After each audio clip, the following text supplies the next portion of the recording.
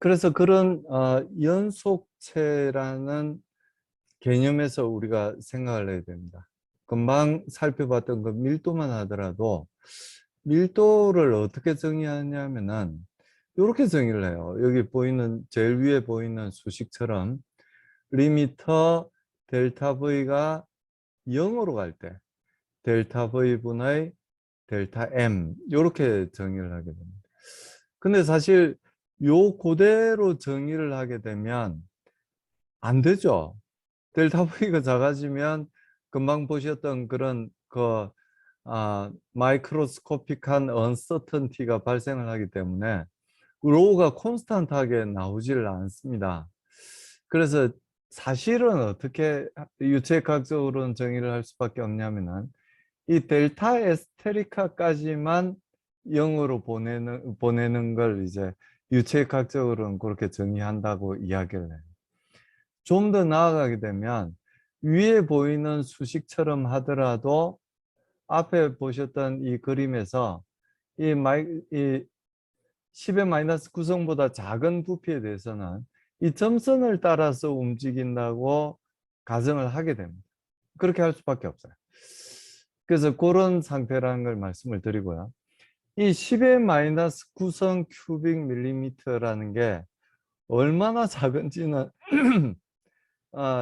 말씀드렸잖아요. 한 변의 길이가 10의 마이너스 3성 밀리미터, 그러니까 1 마이크로미터죠. 한 변의 길이가 1 마이크로미터인 큐빅에 대해서 생각을 하는 거예요. 근데 그게 그 속에 공기 분자는 얼마나 많으냐 하면은 요 작은 한 변이 1 마이크로미터인 이 큐빅의 정육면체에 공기 분자는 3천만 개가 있습니다. 보통의 상태라면, 표준 대기압에서 상태라면은. 그러니까 결코 작지 않다는 이야기. 요게 그 속에는 충분히 많은 공기 분자가 들어있다는 이야기. 그래서 우리는 충분히 이제 이 연속체라는 가정을 사용을 할 수 있고요. 요런 정의를 이 첫 번째 식처럼 이런 정의를 사용하더라도 이 델타 V가 0으로 갈 때 어떻게 거동한다고 우리가 가정을 하냐면은 요 점선을 따라서 거동한다고 가정을 하는 겁니다. 그래서 우리가 연속체라는 가정을 한다는 이야기가 거기서 계속 말씀을 드리는 거죠. 그래서 이 연속체가 아닌 경우에는 이 평균, 고려해야 될 게 굉장히 많습니다. 이 평균 자유행정, 민 프리패스가 평균 자유행정이었네요. 평균 자유행정을 고려를 해야 됩니다. 이 하나의 질소 분자가 다른 분자와 마주칠 때까지 평균적으로 떨어져 있는 거리를 우리는 평균 자유거동 행정이라고 이야기를 하는데요. 공기인 경우에는 10의 마이너스 5성 센티미터입니다. 그러니까 아까 1 마이크로미터 말씀드렸잖아요. 요 10의 마이너스 5성 센티미터면 0.1 마이크로미터예요. 0.1 마이크로미터. 그 0.1 마이크로미터 갈 동안에 이 강의실은 아니지만 강의실의 한 변이 1 마이크로미터였다면 10분의 1 정도까지는 텅 비어 있다는 이야기예요. 그러니까 이 우리 공기는 어떠냐 하면은 대부분이 빈 공간이에요. 분자가 꽉 차 있다고도 이야기할 수 있지만 분자 자체가 갖고 있는 부피는 거의 없다고 봐야 됩니다. 이 극한체적 10의 마이너스 9성 큐빅 밀리미터에 공기 분자가 3천만 개가 있지만 0.1 마이크로미터를 갈 동안에는 공기 분자와 부딪히지조차 않는다는 이야기. 텅 비어 있다는 이야기. 그 거리 동안. 그래서 이런 것까지 우리 고려하지 않는다는 이야기입니다. 그래서 이 연속체라고 가정을 하고 아주 작은 부피에서도 연속체라는 개념이 계속 이어진다. 그러니까 실제로 우리가 연속체라는 개념을 적용할 수 있는 건 10의 마이너스 9성 큐빅 밀리미터 이상이긴 하지만 그 이하에서도 똑같이 평균적으로 거동을 한다고 가정을 하는 게 연속체 가정입니다. 아마 제가 길게 말씀드렸으니까 많은 학생들이 이해하시지 않았을까 그렇게 기대를 합니다. 그리고 1.6절에서 말씀드릴 내용은 이제 차원하고 단위에 관한 문제인데요.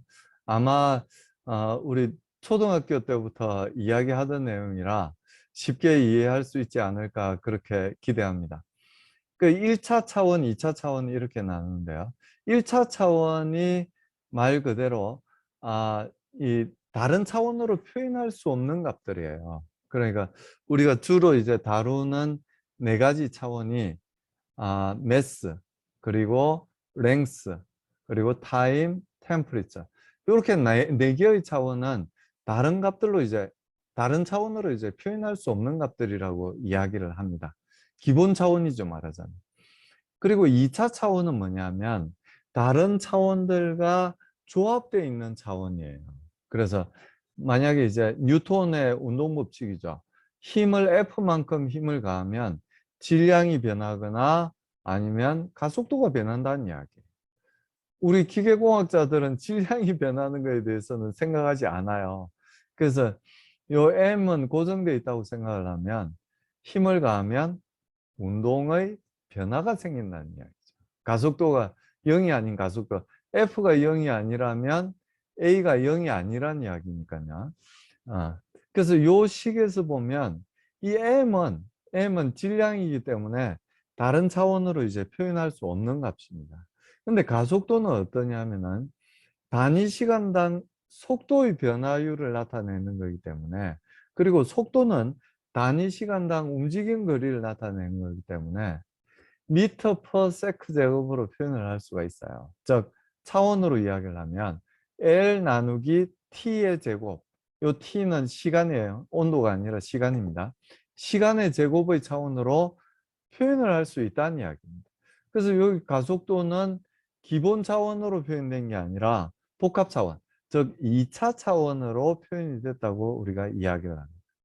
역시 힘도 마찬가지예요. 여기 가속도에다가 힘을 곱한 게 힘의 차원이 돼야 됩니다. 양변은 같은 차원을 가져야 되는 거거든요. 이 동차성의 원리에서도 말씀드리지만 모든 항들이 전부 똑같은 차원을 가져야 됩니다. 질량하고 길이를 더하는 건 물리적으로 아무 의미가 없습니다. 질량은 질량끼리 더할 때 의미가 있고요. 아령이 있다. 그럼 내가 내 질량이 얼마고 내 체중이 얼마고 아령의 무게가 얼마기 때문에 요거 두 개를 같이 요 아령을 들고 저울을 측정을 하면은 얼마가 나올 거라는 걸 우리가 예상을 할 수 있죠. 물리적으로 타당한 값을 구할 수 있습니다.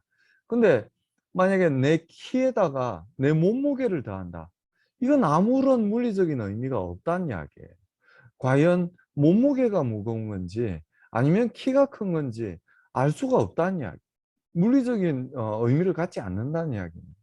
그래서 항을 더하거나 빼거나 뭐 이럴 때는 모든 항들이 전부 같은 차원을 가져야 된다는 이야기죠. 그래서 여기 F나 M 곱하기 A는 같은 차원을 가져야 됩니다. 만약에 뭐 그럴 일은 없지만 F의 차원이 뭔지 모르겠으면 M의 차원하고 A의 차원을 곱한 게 F의 차원이 돼야 된다는 거예요. 그래서 여기 F 차원 표시된 걸 보면 질량을 나타내는 M의 차원인 캐피탈 M이 있고요. 가속도의 차원인 L 나누기 T의 제곱이 있다는 이야기예요. 그래서 그걸 두 개를 곱한 게 바로 힘의 차원이 돼야 된다는 이야기입니다.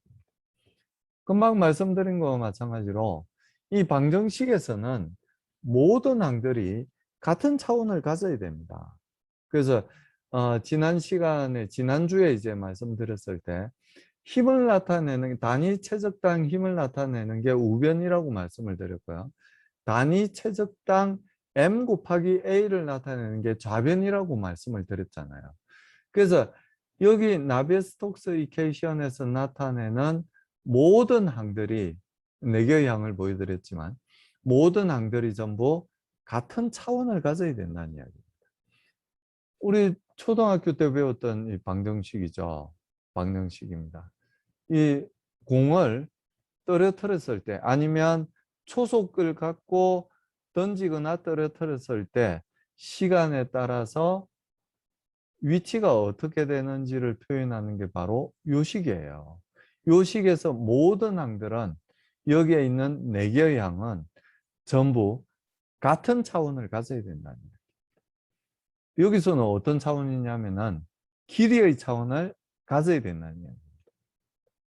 우리 석박사 과정 학생들도 흔히 하기 쉬운 실수가 뭐냐면은 이 동차성의 원리예요. 모든 항들이 같은 차원을 가져야 되는데 어떤 경우 논문으로 발표된 경우에도 보면 이 경험식을 만들 때 동차성의 원리를 어긋나게 식을 만드는 경우들이 있어요. 예, 그래서 이건 우리가 여러분들이 얼마나 많이 공부하시더라도 이 동차성의 원리는 반드시 지켜야 된다 하는 걸 말씀을 드립니다. 그래서 우리가 사용하는 건 이 SI 단위계예요. 국제 단위계인데요. 질량, 길이, 시간, 온도의 기본 차원을 갖고 해석을 하게 됩니다. 단위는 뭘 사용하게 되냐면은 질량에 대해서는 기본 단위가 킬로그램이에요. SI 단위계에서. 그리고 길이는 미터가 기본 차원입니다. 시간은 초가 기본 차원. 온도는 켈빈입니다. 켈빈 1켈빈 차이하고 1도씨하고 차이가 똑같으니까 켈빈은 도K가 아니에요. 그냥 켈빈이에요. 1켈빈 차이하고 1도씨 차이하고 똑같기 때문에 뭐 혼용해서 사용하기도 하지만 엄밀하게 이야기하면 온도의 기본적인 단위는 켈빈입니다. 그리고 힘은 워낙 많이 사용하기 때문에 뉴턴이라는 단위를 따로 사용하기도 복합 단위를 사용하기도 하지만 사실은 이제 1뉴턴은 1kg 곱하기 그러니까 1kg의 물체를 1m/s의 가속도를 낼 수 있는 힘을 1뉴턴이라고 이야기를 하죠. 그렇습니다. 그래서 킬로그램하고 미터/섹이 곱해져 있는 그 단위를 뉴턴이라고 해서 그대로 이제 사용을 하게 됩니다. 근데 영미 쪽에서는 이 중력 단위계를 사용해요. 그래서 이 SI 단위계에서는 기본 차원으로 질량을 사용했지만 영미 단위계에서는 영국 중력 단위계에서는 영국이나 미국이나 마찬가지니까요. 힘을 기본 차원으로 사용을 합니다. 질량 대신에 힘을. 그래서 힘을 기본 차원으로 사용을 하고 나머지 길이나 시간이나 온도는 같죠. 같이 사용을 합니다.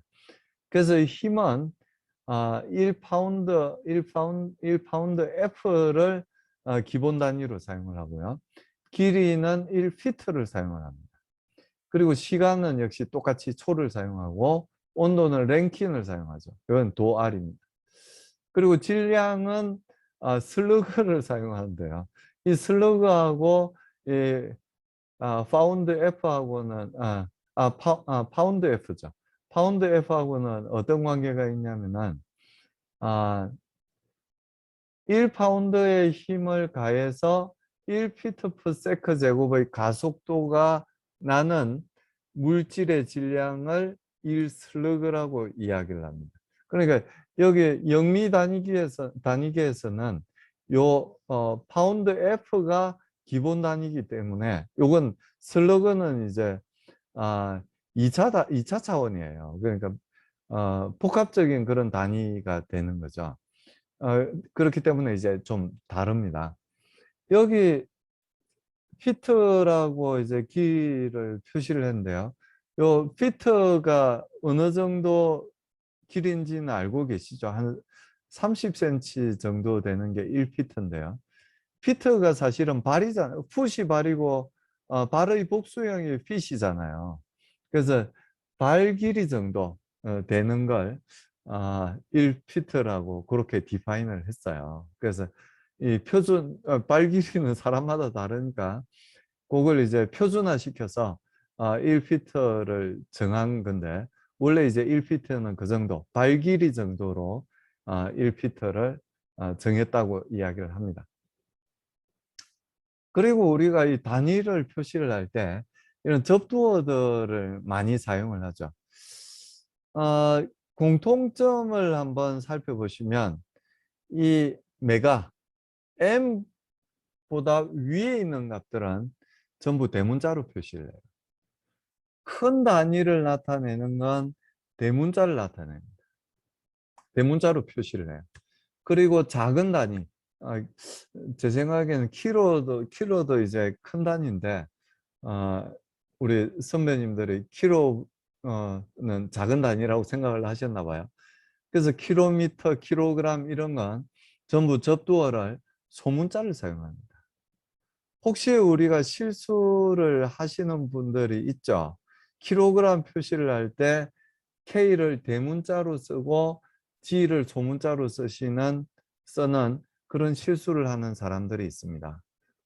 우리 이공계 학생들은 그런 실수를 하지 않았으면 좋겠어요. K부터는 전부 소문자입니다. 그래서 10의 3승을 나타내는 K, 10의 제곱을 나타내는 헥토. 헥토도 많이 듣죠. 우리 일기예보 들으면 매일 헥토파스칼이라는 이야기를 듣습니다. 그래서 이 헥토나 킬로 이하로는 전부 소문자를 사용합니다. 작다고 보는. 밀리미터 이런 건 말할 것도 없고요. 나노도 많이 듣는 이야기인데요. 나노도 소문자, 작은 건 소문자를 쓰고 큰 건 대문자로 이제 접두어를 사용을 하게 되는데 그 경계가 어디냐면은 킬로하고 메가다. 요걸 이제 기억을 하시고 킬로그램을 표시하실 때 K를 대문자로 적는 실수는 하지 않으시기를 부탁드리겠습니다.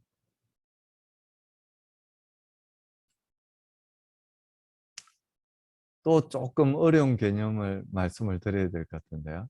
이 라그렌지안이라는 관점 그리고 오일러리안이라는 관점에 대해서 말씀을 드리려고 그럽니다. 이 밑에 그림을 보시면 강을 따라서 이 배를 타고 가고 있어요. 이 여러분들이 이제 상식적으로 생각하실 때 이 배를 타고 강을 가다 보면은 속도가 변하죠. 래프팅을 이제 여러분들이 해보셨는지 모르겠지만 속도가 계속 변합니다. 그렇죠? 근데 이 속도가 변한다는 그 관점에 대해서 우리가 다시 한번 곰곰이 생각을 해봐야 될 것 같은데요. 과연 속도가 변할까? 라는 생각을 해봐야 됩니다. 강폭이 넓어지면 유속이 느려지죠. 그래서 배를 타고 가다 보면은 강폭이 넓은 부분을 지날 때는 속도가 줄어들게 되고요. 강폭이 줄어들게 되면은 좁아지게 되면은 속도가 빨라지게 되죠. 그래서 강을 따라서 배를 타고 지나가다 보면 속도가 계속 변한다는 걸 알 수가 있습니다. 속도가 변하는 걸 시간에 따라서 속도가 변하는 걸 뭐라고 이야기를 해요? 가속도라고 이야기를 하죠. 가속도. 자, 근데 그걸 다시 한번 생각해 보자는 이야기예요. 이 강 밖에 있는 사람이 한 점을 유심히 관찰해요. 한 점을 유심히 이 사람이 손으로 가리키는 부분을 그 점에 속도계를 갖다 두고 계속 관찰을 합니다. 그러면 속도가 계속 변할까요? 변하지 않을까요? 스테디하게 흘러간다면 변하지 않는다는 걸 관찰할 수가 있습니다.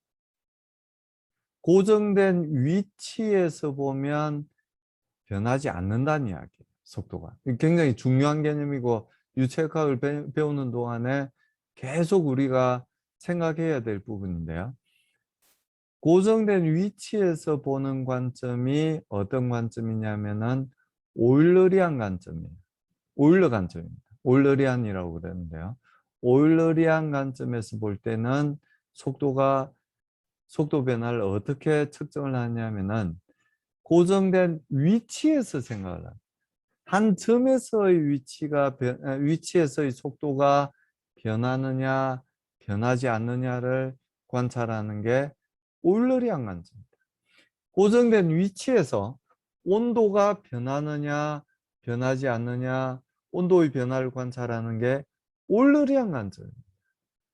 압력이 고정된 위치에서의 압력이 시간에 따라서 변하느냐 변하지 않느냐 속도의 변화를 관찰하는 게 어떤 관점이냐면은 올러리안 관점.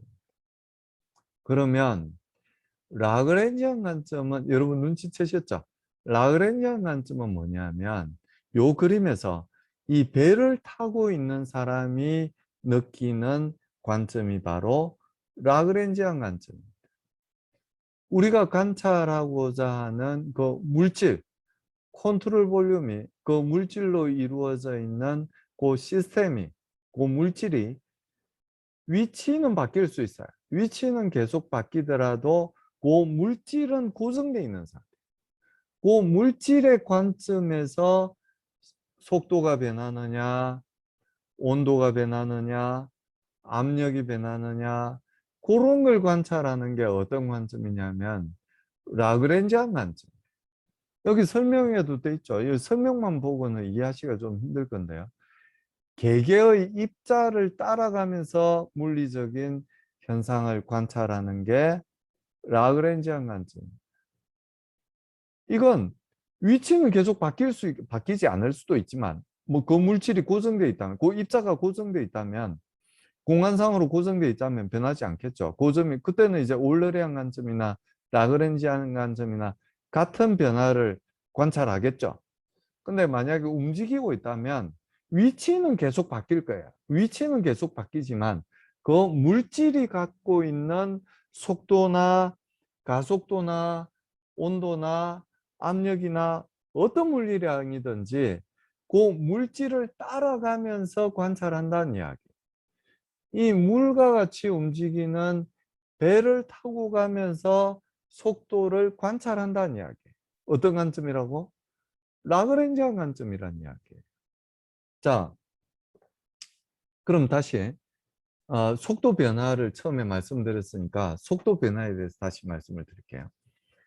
이 강변에 서 있는 사람이 관찰하고 손끝으로 가리키는 요 점에서의 속도는 변할 수도 있고 변하지 않을 수도 있어요. 그리고 이 배를 타고 가는 사람이 느끼는 속도가 변할 수도 있고 변하지 않을 수도 있다는 이야기예요. 우리가 수식어로 표현하는 건 전부 뭐냐면 어떤 관점이냐면 오일러리안 관점. 오일러리안 관점이에요. 자, 우리가 가속도라고 불렀던 그 값이 뭐냐면 가속도라고 수식 중에 세 번째 식을 두 번째 식을 봅시다. 두 번째 식의 우변의 첫 번째 항. 이게 가속도잖아요. 시간에 따라서 델타 T분의 델타 U. 이게 가속도였잖아요. 근데 라그랜지안 관점에서 볼 때는 이것 말고 딴 게 있다는 이야기. 자, 라그랜지안 관점에서의 가속도를 한번 봅시다. 요 캐피탈 DT분의 캐피탈 DV라고 표현을 했는데요. 요 캐피탈 D로 적은 게 뭐냐면 라그랜지안 관점에서 보겠다는 이야기. 우리가 한 번도 본 적이 없는 수학식이에요. 저는 물론 계속 봐왔지만 여러분들은 한 번도 본 적이 없는 수학 기호예요. 미분이에요. 한 번도 본 적이 없는 미분이에요. 자, 이 라그랜지안 관점에서 본다고 그랬으니까 요 위치가 어떻게 될 거냐면은 고정된 게 아닐 거란 이야기예요. 그 물리량을 관찰하고자 하는 그 물리량을 갖고 있는 그 물질의 위치가 계속 변한다는 이야기예요. 위치가 변할 수 있다는 이야기예요. 오일러리안 관점에서는 위치가 변한다는 걸 생각할 필요가 있어요, 없어요? 없다는 이야기. 없어요. 이 사람은 이 손가락으로 가리키는 요 점에서의 속도가 어떻게 되는지만 측정하면 된다는 이야기. 근데 이 배를 타고 있는 사람의 입장에서 볼 때는 이 물질의 위치가 계속 바뀐다는 이야기. 이 강에서 모든 위치에서의 속도가 변하지 않더라도 위치에 따라서는 속도가 바뀌겠죠. 근데 그 어떤 위치에서의 속도가 변하지 않는다면 이 배를 타고 있는 이 순간에 이 배 타고 있는 요 점에서의 속도가 10m/s로 계속 일정하고 이 사람이 손으로 가리키고 있는 이 부분의 속도가 5m/s로 계속 일정하다고 하더라도 이 배를 타고 있는 사람이 느끼는 속도는 변할 수 있다는 이야기예요. 오일러리안 관점에서 보는 가속도하고 라그랜지안 관점에서 보는 가속도는 다를 수 있다는 이야기예요. 이 좌변에서 표시되어 있는 A라는 값은 뭐냐면 라그랜지안 관점에서 보는 가속도예요. 이 두 번째 식의 우변에 표시되어 있는 값들은 전부 오일러리안 관점에서 표현한 값들이에요. 오일러리안 관점에서 볼 때의 가속도는 이 우변의 두 번째 식의 우변의 첫 번째 항밖에 없습니다. 이 나머지 값들이 왜 가속도예요? 가속도 아니죠. 근데 이 u는 속도는 금방 말씀드렸듯이 시간에 따라서 변할 수 있지만 시간이 아니라 위치에 따라서도 변할 수 있는 거잖아요. 제가 예를 들었던 것도 이 순간에 배를 타고 있는 배에서의 그 위치에서의 속도는 10m/s로 계속 일정하고 이 강변에 서 있는 사람이 가리키는 요 손으로 가리키는 요 점에서의 속도가 5m/s로 계속 일정하더라도 시간에 따라서는 10m/s, 5m/s로 변하지 않더라도 위치에 따라서는 변할 수 있는 거잖아요. 이해하시겠죠? 그래서 그 위치에 따라서 어떻게 속도가 변하면 이 배를 타고 있는 사람, 즉 라그랜지안 입장에서 볼 때는 속도가 변한다고 느껴진다는 이야기. 그 가속도가 포함된 게 바로 이 A라는 라그랜지안 관점에서 볼 때의 가속도라는 이야기예요. 뭐 속도나 가속도나 전부 벡터 값이죠. 방향을 갖고 있어요. X 방향으로 10m/s의 속도를 갖고 있더라도 가속도를 갖고 있더라도 Y 방향으로는 0의 값을 가질 수도 있어요. 그래서 방향에 따라서 다른 값을 가지죠. 그걸 스칼라 값으로 표현하면 이렇게 이 첫 번째 줄에 첫 번째 식의 우변, 제일 우변에 표시되어 있는 그 값들이에요. 그러니까 이 캐피탈 DT분의 DU라고 표시되어 있는 이 가속도는 뭐냐면 라그랜지안 관점에서 볼 때 X방향의 가속도예요.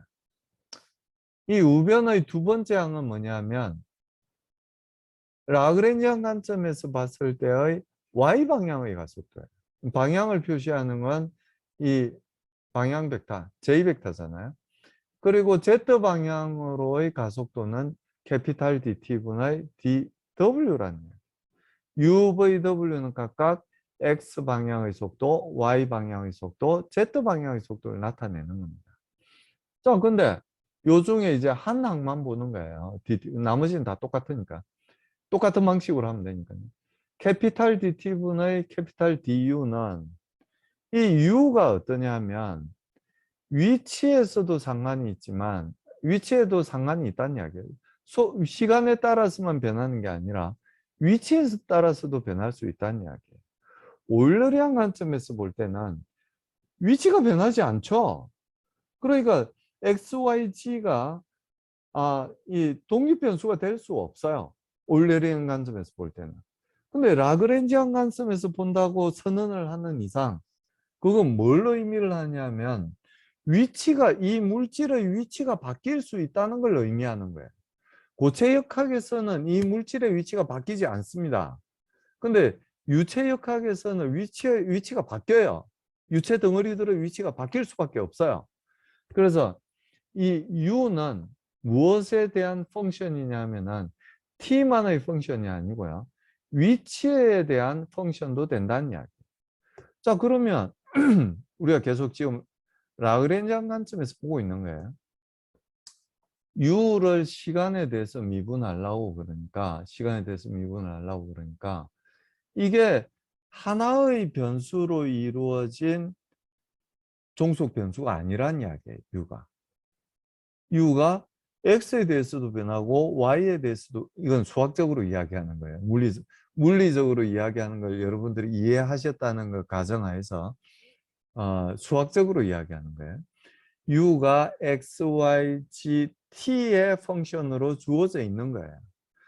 그러면 우리가 t에 대해서 미분을 할 때는 어떻게 되냐 하면은 먼저 u를 t에 대해서 미분하는 건 당연한 일이죠. 근데 u가 t만의 펑션이 아니라 u에 대한 펑션이기도 하고 y에 대한 펑션이기도 하고 g에 대한 펑션이기도 하기 때문에 이런 값들을 더해줘야 돼요. 요걸 무슨 룰이라고 그랬죠? 우리말로는 잘 모르겠지만 체인 룰이라고 그랬잖아요. 체인 룰. 그렇죠? 여기 사실 뭐 요걸 라운드로 표시되어 있는 걸 전부 델타로 고치게 되면 요 델타 x, 델타 t, x 약분하고 델타 t분의 델타 u가 남는 거잖아요. 라운드 t, 라운드 u만 남는 거잖아요. 약분하게 되면. 근데 의미가 다르죠. 그래서 이 u를 x에 대해서 미분을 하고 x를 다시 t에 대해서 미분을 한 값을 곱해줘야만 이 위치 변화에 따른 가속도를 구할 수가 있게 됩니다. 어느 방향에 대한? x 방향에 대한 위치 변화에 따른 가속도. 배를 타고 있는 사람. 그 물질이 느끼는 가속도를 표현을 할 수가 있게 돼요. 이 우변의 첫 번째 항은 뭐라고요? 고정된 지금 그 XYG에서 속도가 그 위치에서도 변할 수 있어요. 갑자기 저기 청평댐에서 팔당댐에서 수문을 열어서 한강에 유속이 빨라지게 되면 배 타고 있는 사람 그 점에서의 속도가 빨라지게 되죠. 그러니까 그게 이제 올러리한 관점에서 느끼는 가속도가 되고요. 위치에 따라서 속도가 다르다면 X방향의 위치에 따른 속도 변화, Y 방향에 따른 속도 변화, Z방향에 대한 속도의 변화를 전부 더해줘야만 U의 변화를 우리가 관찰할 수 있다는 이야기예요. 어떤 관점에서? 라그렌지안 관점에서. 오일러리안 관점에서의 가속도는 이 첫 번째 항이다. 그리고 라그렌지안 관점에서 볼 때의 가속도는 얘들을 전부 더해준 게 라그렌지안 관점에서의 가속도다. 이렇게 이야기를 할 수가 있습니다. 그러니까 제가 첫 시간에 말씀드릴 때도 요건 이제 그냥 엑셀레이션이라고 이야기를 했고요. 요 세 항은 뭐라고 이야기를 했어요? 컨벡티브 엑셀레이션이라고 이야기를 했습니다.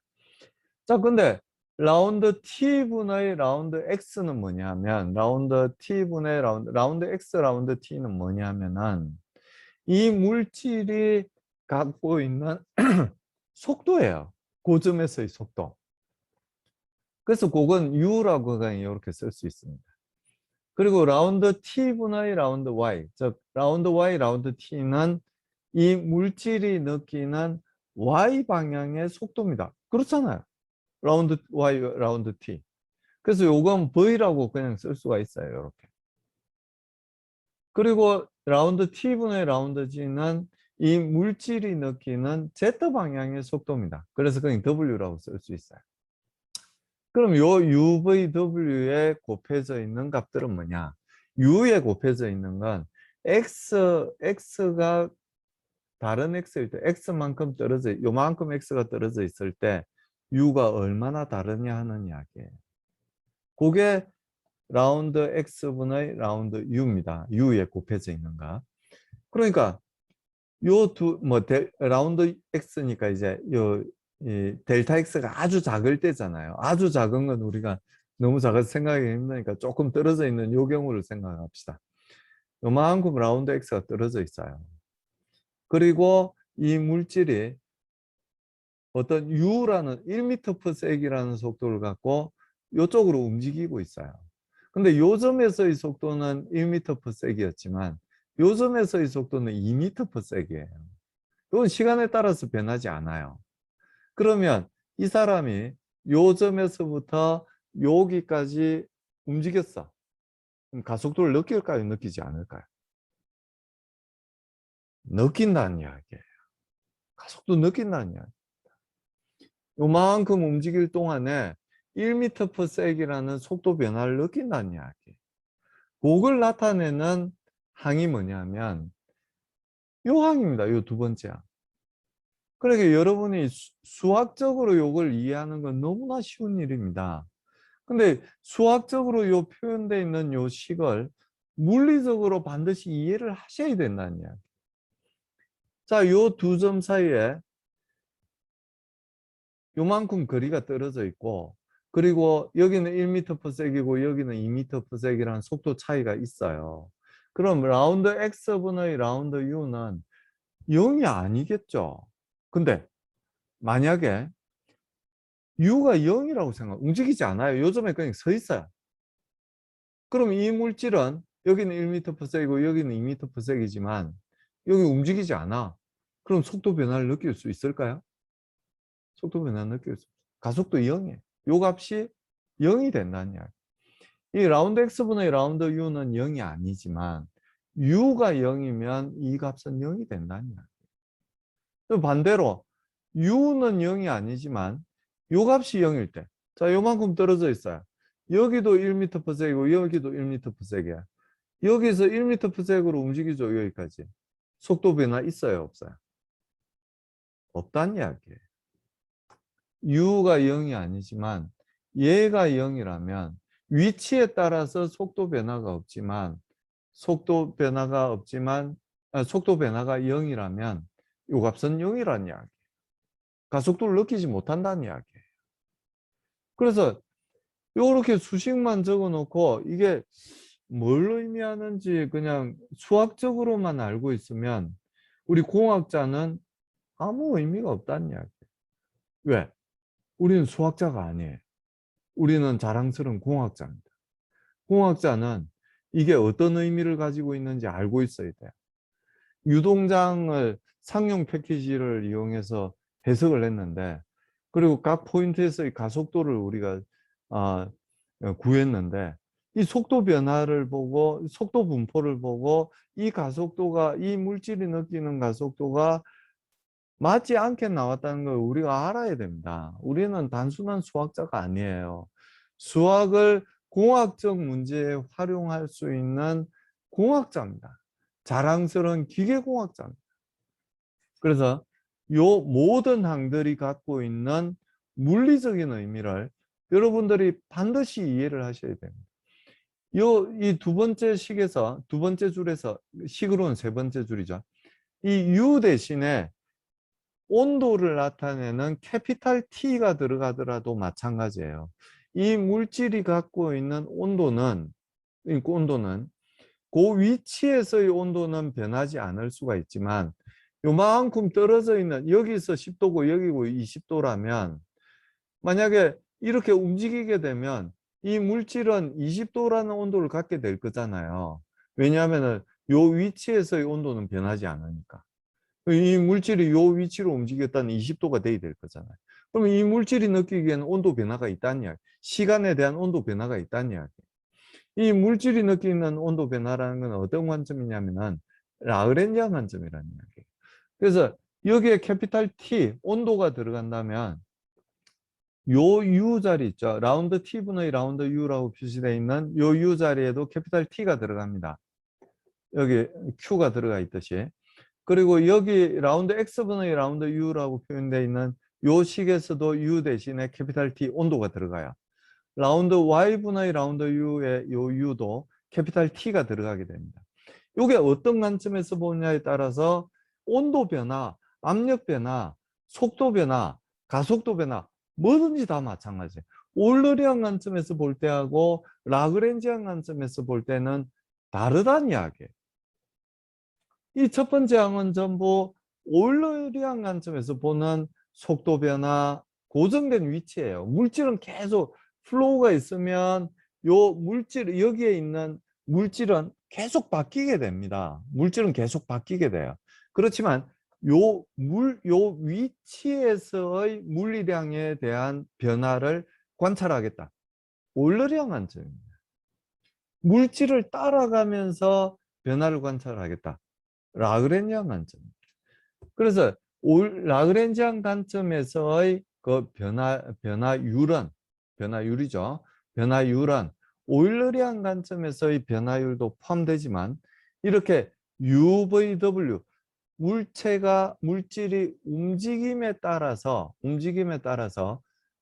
변화도 고려가 돼야 된다는 이야기. 라그렌지안 관점에서. 그래서 요걸 이제 우리가 간단하게 쓸 수 있는 방법이 뭐냐면 요렇게 적는 거죠. 요렇게. 우리가 수학 시간에 아마 배웠으리라 생각이 되는데요. 요렇게 적게 되는 거죠. 그러니까 요게 하나의 오퍼레이터가 되는데요. 이 속도 벡터하고 그레디언트 U에 대한 그레디언트를 내적을 한 값입니다. 그러니까 요 이, 수식으로 봤을 때 세 번째 줄에 있는 뒤에 세 항을 보시면 이 뒤에 붙어 있는 UVW는 속도 벡터 V죠. 속도 벡터입니다. 속도 벡터가 되고요.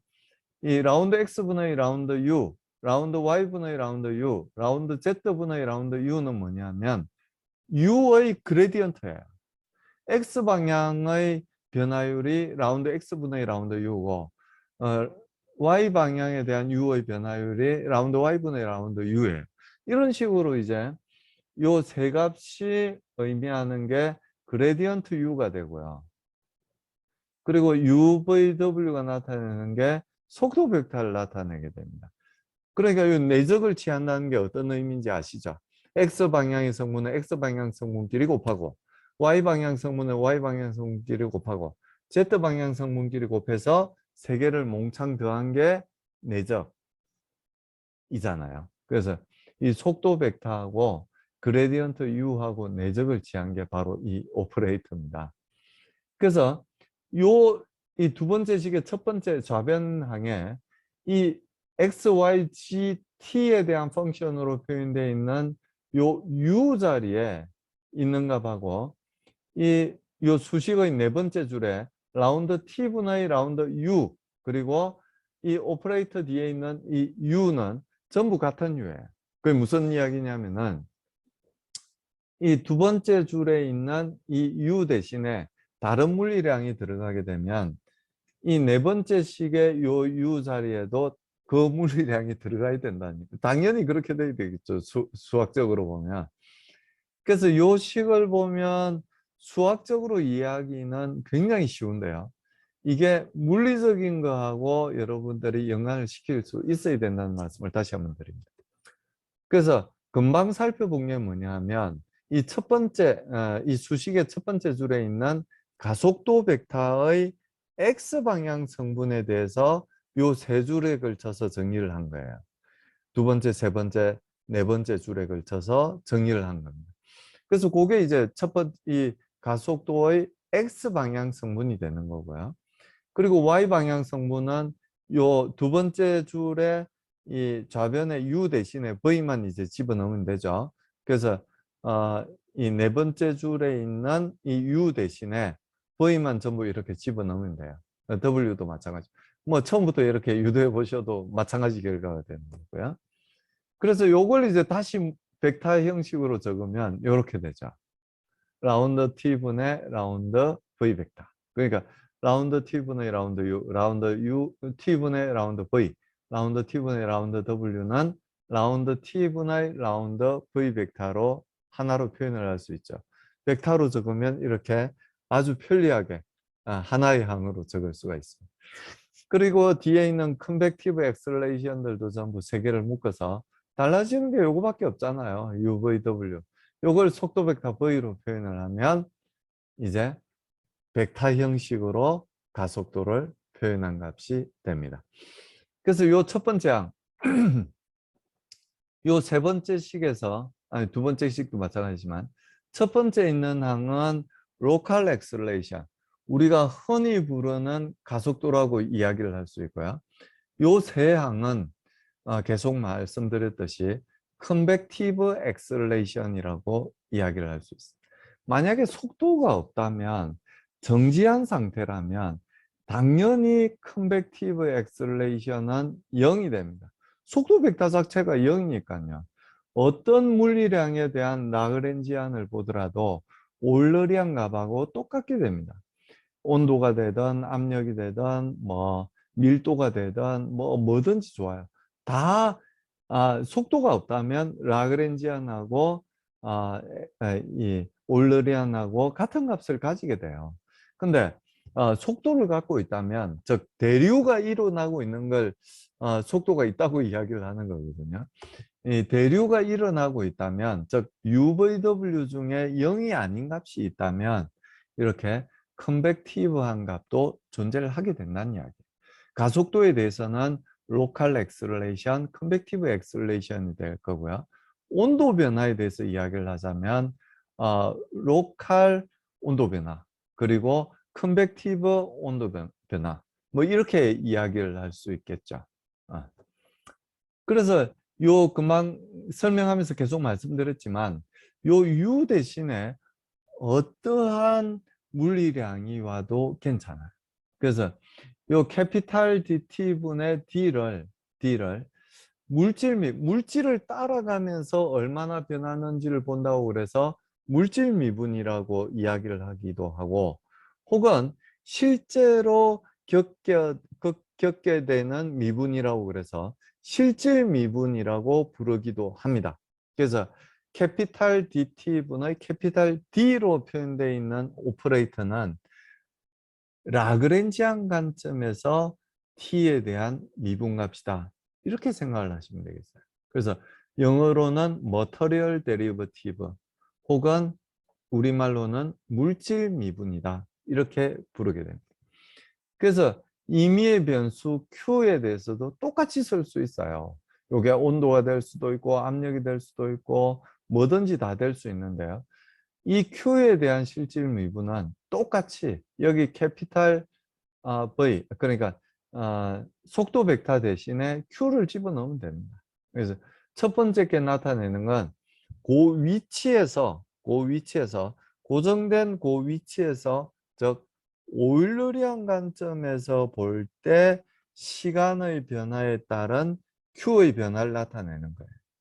그리고 두 번째 항은, 이 마지막 식의 두 번째 항은 이 속도 벡터가 존재를 해야 이 값은 의미가 있습니다. 이렇게 흘러갈 때, 움직일 때, 유동이 있을 때, 그 유동의 변화에 따라서 이 Q가 얼마나 변화하는 것처럼 느껴지는지를 나타내는 게 이 두 번째 항이에요. 그래서 이 두 번째 항이 0이 아닌 값을 갖게 되려면 일단은 움직여야 돼요. 유체 유동이 있어야 됩니다. 그리고 또 뭐가 있어야 되냐면은 Q가 위치에 따라서 달라야 돼요. Q가 전 영역에 걸쳐서 똑같다. 그럼 속도 벡터가 있더라도 이 물질은 움직임에 따라서 Q의 변화를 느낄 수가 없어요. 단지 시간에 따라서만 느낄 수 있다는 이야기입니다. 두 가지가 다 있어야죠. 움직임이 있어야 되고, 그리고 위치에 따라서 Q의 변화가 있어야만 이 컨벡션 항이라고 그러는데, 컨벡션 텀은 0이 아닌 값을 갖게 되는 겁니다. 사실 이해하기는 굉장히 어렵습니다. 그래서 저는 여러분들이 한 번 더 리뷰를 하셔서 요 오일러리안이라는 개념하고 라그랜지안이라는 개념을 정확히 분리해서 이해를 하시기를 기대를 합니다. 우리가 미분을 취하는 건, 변화를 구하는 건 무엇에 대해서 변화를 구하게 되냐면은 물질에 대한 변화를 구하게 돼요. 우리가 힘을 받더라도 텅 빈 위치에, 아무것도 없는 텅 빈 위치에서 힘을 받을 리가 없잖아요. 힘을 받는 건 그 위치에 있는 물질이 힘을 받게 됩니다. 내가 여기서 힘을 줘서 이게 움직인다고 합시다. 그럼 요 뒤에서 따라올 이 물체는 힘을 받았어요? 힘을 받지 않았다는 이야기예요. 그래서 우리가 변화를 구할 때는, 그러니까 이게 유체역학은 이제 움직임이 있으니까 훨씬 더 어렵게 되는데요. 그런 움직임에 대한 변화율을 항상 고려를 해야 되고, 그 항을 우리는 컨벡션 항이다, 이렇게 이야기를 하게 됩니다.